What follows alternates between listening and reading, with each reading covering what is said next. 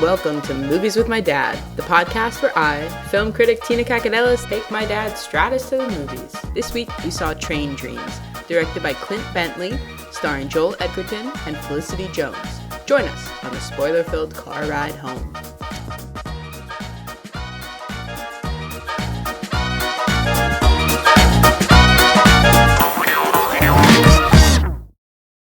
Okay, it's recording. My raincoat's gonna make so much noise. Okay, hello, Father. Hola, Tina. What did we see? Something train something. There you go. But you can't blame me for this one because why? This is a press screening, so I didn't know what I was going to. Okay, but it did show it twice. Yeah, I forgot. Okay, we saw Train Dreams. And I feel like I can tell your opinion because I had to nudge you awake at the end. I was not sleeping. Your eyes were closed and you looked shocked that you were there. No. Okay, no. So how much did you nap through? I didn't miss a single moment of it. That's for sure. I believe you. It is 100% true. I don't believe you for a second. Well, then you should trust your father. What's the main character's name? Viggo Mortensen, because you've already taken me to this movie. No. Not even close. I know it's not that, but I know. That was the last old Western movie that just pondered itself out of existence. This was only an hour 40. Oh my gosh, it was 3 hours and 40. Oh my, I'm sorry that you don't like art. Like, I don't know what to tell you. Right. This was beautiful. Oh, spectacular. So moving. What's the plot? A guy's born and he dies and stuff happens in between. Jeez. Is that not the plot? Yeah, but okay, why do you hate it like this? I don't hate it. It was actually a beautiful film, but it never lived up to what? Anything emotional for me. Oh, what? All right, you explain what it is.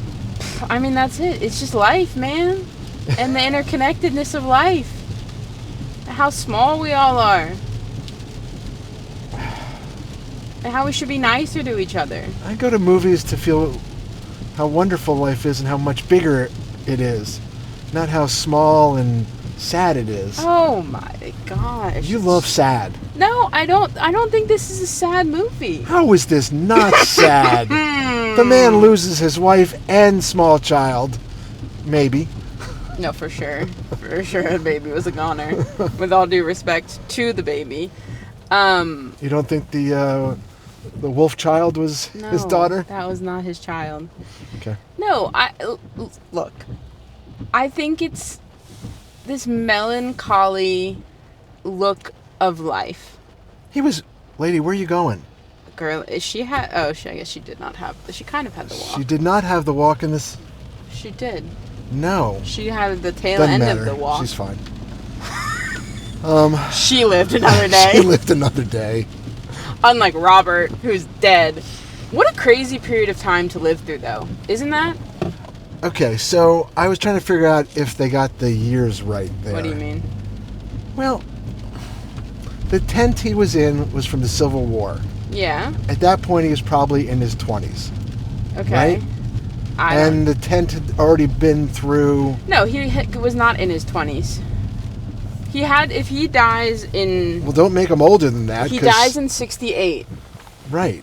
So he was born probably... I think 1870s? Well, I think they said he lives 80 years. So, 88.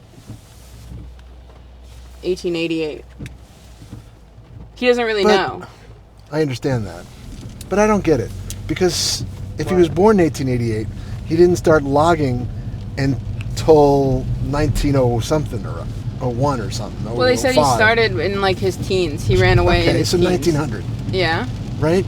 But they had... Well, the tents were used in the Civil War, and then they said another war after that. But they had no equipment when they went out to cut the trees down in 1900. You don't know. You didn't see them. They did everything with hand tools. You're telling me that there wasn't... He's fixing a cart at one point. I'm assuming there's a cart that we don't see of all of the tents and stuff. No, I'm just saying the hand tools they used to chop down all the trees. Okay. That's all. So in 1901, they only had hand tools, I guess? Yeah. In the Pacific Northwest? Yeah. All right. Sorry, that's your issue? No, it's too melancholy. That's... I don't know what to tell you. You love melancholy. I just think that, like, it's beautiful. I think it's beautiful. It's sadness. But it's... Upon sadness. It's not, though. He's also happy. He also has these moments of happiness. There's nobody who lives really a 100% happy life. He never got happiness after his wife and child died. Well, I mean... That's it. Not to the extent that he did when he lived with them. No, he never had any happiness afterward. He was laughing with the guy who runs the general store. He loves his little dog, Red Dog. You're telling me that there's no happiness he gains from his friendship with the guy or his dog? He spent another 60 years being tormented by visions of his wife and child burning in a house and the guy that he did not save from being murdered.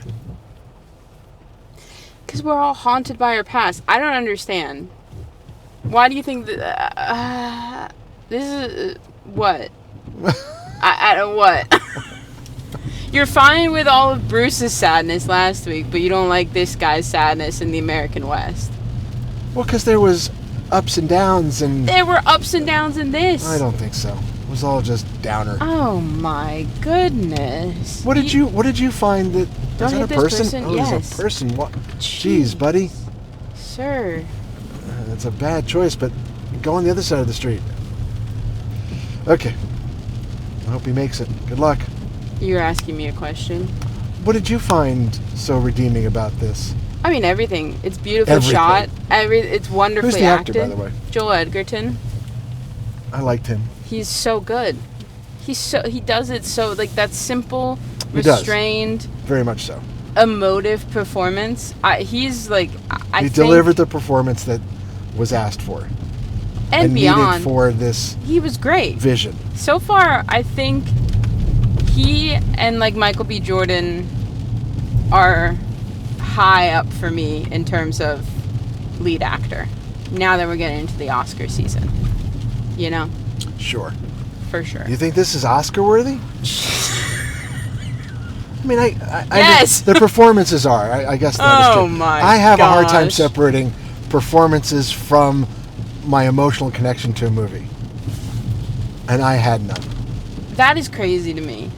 It's so... I love movies that take place in the American West. Whoop. Oh my gosh, that's a speed bump. It's fine. It's a new one. It wasn't there last time. For sure. For sure. Movies that take the beats of the American Western as we have come to know it, like that genre and that archetype of a hero or a lead, for lack of a better word, and to make it about a type of masculinity that is rooted in kindness and quietness and appreciation of the world around you, which is like the 180 of what the American Western heroes were back then. Sure. It was all about pillaging, owning, all of that. And I love this version of a Western. So basically this is the movie that allows you to go back to film college and write your dissertation. What do you mean? I don't know. I feel like you have a lot to say about the movie, its impact on society. Well, clearly it had no impact on society because you hated it. Well, that doesn't mean it. I didn't hate it. It just didn't pull me along. And that's crazy to me because I think it does, like, seeing it now a second time, I loved it. That's right. You willingly put yourself through this twice. I excitedly put myself through this twice. Well, the first time I didn't know what I was excited because of the director, but I didn't know what I was getting myself into. Now, I was like, yes, I would love to see it again. Cinematography is outrageous. Bryce Dessner's score is beautiful. It's going to be a tough year for scores for Oscars contention. But it's also just, I just love how simple it is. It really is a man is born, he lives his life, and he dies. And that's it. See, there's where okay, now you're going to make me turn on my liberal arts education. Stop calling it that. Just call it, like, reflection. No, my liberal arts education. So, there's more to this man's life than was portrayed here. It was shallow. More? It did not give me any depth to him. That is insane. It is not. You have to interpret. No, you don't. Yes, you do. Because not an... William H. Macy, I thought, had a much more interesting story in life that we didn't get to see. What are you missing about Robert, the main man's life? What made him just sit there for all those years in that cabin? Just Depression? Depression. What? Well, so what you're saying, we watched another 40 or 50 years of just a man sitting there depressed in a cabin, and that's what you want to say is a great movie? I don't know if... Did it well up inside you? Did you feel... Yeah, I cried again. Oh. I don't understand. He lost his wife and his child. Early in this film.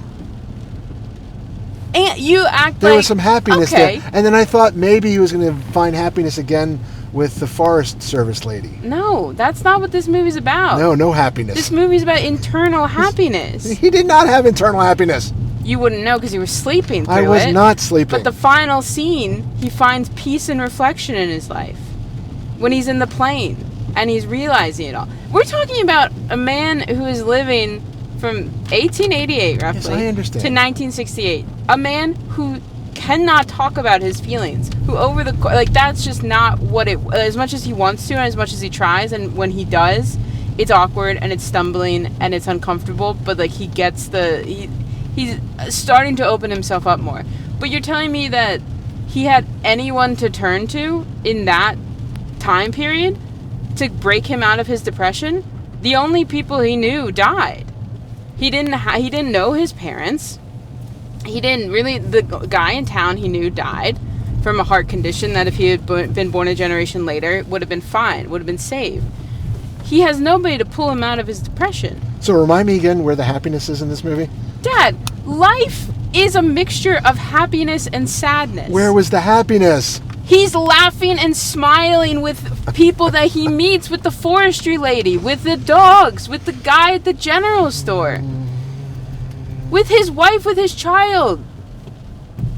I don't understand. Even then he wasn't happy because he had to go work in the fields, cutting down, logging the trees, Dad. the forest. The forest. Fields of dreams. Oh my gosh. That's life. It wasn't like he had a lot of other options for earning money back then. Too much regret. Oh my gosh. Too much regret. I don't think he regrets, the only thing he regrets stuff, but that's life. I don't understand. This is just, it's just life. It's not perfect. You get what you get. You get bad, you get good, you get life. And you find peace and happiness within it. And that's what he did. Well, then good. Oh my. And you found peace, love, and happiness in this movie. Gosh, I don't know what we're doing here. I don't know. Cool. I'm so glad that you liked it. When are you taking me to something that's a dad movie? He's literally a dad. I said a dad movie. He wouldn't go see this movie. Oh my God. I think he would. I don't think he would. It's too emotional. He 100% would. This is a very emotional, sweet man who's just trying to learn about the world around him. But he doesn't know how. He is a man wielding a hatchet in a world that is using chainsaws. Ooh. There's a pull quote. Let's calm down. But he's fundamentally, the world is changing around him to something that he does not understand. And it is a fascinating... I think he understood in the same way he understood the world when he came into it. He says he doesn't. He says that you might have been sleeping, but when he's talking, when he goes back to logging, when he's sees all the chainsaws. Sure. And he's like, I don't think this is the world that I knew. He's like, I don't think the boys... That's what... And he said the exact thing, right?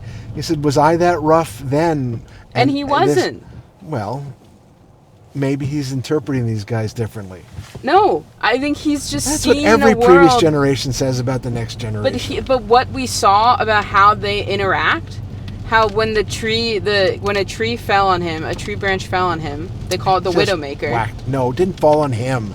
It fell over. It fell on William H. Macy. No, and then later the Widowmaker is the one that killed him. Oh my gosh! It's like you didn't You're watch wrong. the movie. No, a later was a one snap. fell. And it was a small one. Smacked him in the face so that he fell down. Right, and they said, "You need some water, old man." And you think that is the same reaction to what would have happened the other when he was younger? Killed William H. Macy. It doesn't matter. It's not. We see that the two things have changed. We see that these people have changed. I just like to say William H. Macy. Yes, of course. Everyone thinks the younger generation doesn't do the things the way the older generation We does. have physical proof that it's not the same. Maybe you haven't lived enough. That's why you think this movie is deep. Possible. I don't know. No! No! Oh, somebody help me out here. I'm actually upset at this. It's such a narrow-minded look at this movie of just saying that, like, it was only sadness when you don't see the moments of his life where he was genuinely happy. Moments. Dad, look at your own life. Ouch. Anybody's life. Nobody's life is happy 24/7. Okay, but if I had that few moments of happiness... If somebody did a short narrative version of your life, somebody could also walk out and be like, that was really sad. Oh, man. For everybody in life. Like, regardless, it's some people don't have the same sadness of like losing family members in a fire, but you have deep emotional wells of sadness. And to look at a life that spanned all this time, where he experienced so much, where he clearly loved like a good majority of it, and to just boil it down to sadness is sad. It's sad that you can't see that this man also had so much joy in it. Anyway, how well would you be as a logger? I wouldn't last a day. Oh, I could do it. Could not be me. In my 20s, I could do it. No. I'd be sad. I can't. I'm sorry, Tina. There are other movies that affect me. It's fine. We're seeing a George Clooney movie next week that I'm sure you'll love. What's that one about? You'll find out. Okay. Okay, you want to rate it at trees? Pine cones. Because the baby gave an incredible performance. Incredible performance. I gotta figure out if there's a way I can nominate this baby somehow. Because that baby crushed. Genuinely. I'll say, as an art film, oh my god, I'll give it a 3.5. Okay. As a general public kind of film, I don't think, maybe a 1. Oh, 1? I don't think the average person would really enjoy this much. Oh, moly. They're not as deep as you. I can't. It's a 4.5 for me. Oh, Tina, why so low? Why aren't you giving it a 5? Oh my gosh, because it's not. I think they used a little too many montages that didn't need to happen, reminding you of his life. Although I guess some people needed them because they couldn't remember how happy he was. Good night, Tina. Good night.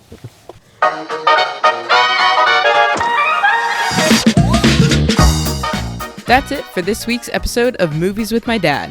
You can find all of our episodes on movieswithmydad.com or the streaming platform of your choosing. You can also send us an email at movieswithmydadpod@gmail.com. My dad is desperate to hear from you. You can find me, Tina, on Blue Sky at Tina Kakadelis or on Letterboxd at Tina_DOCX.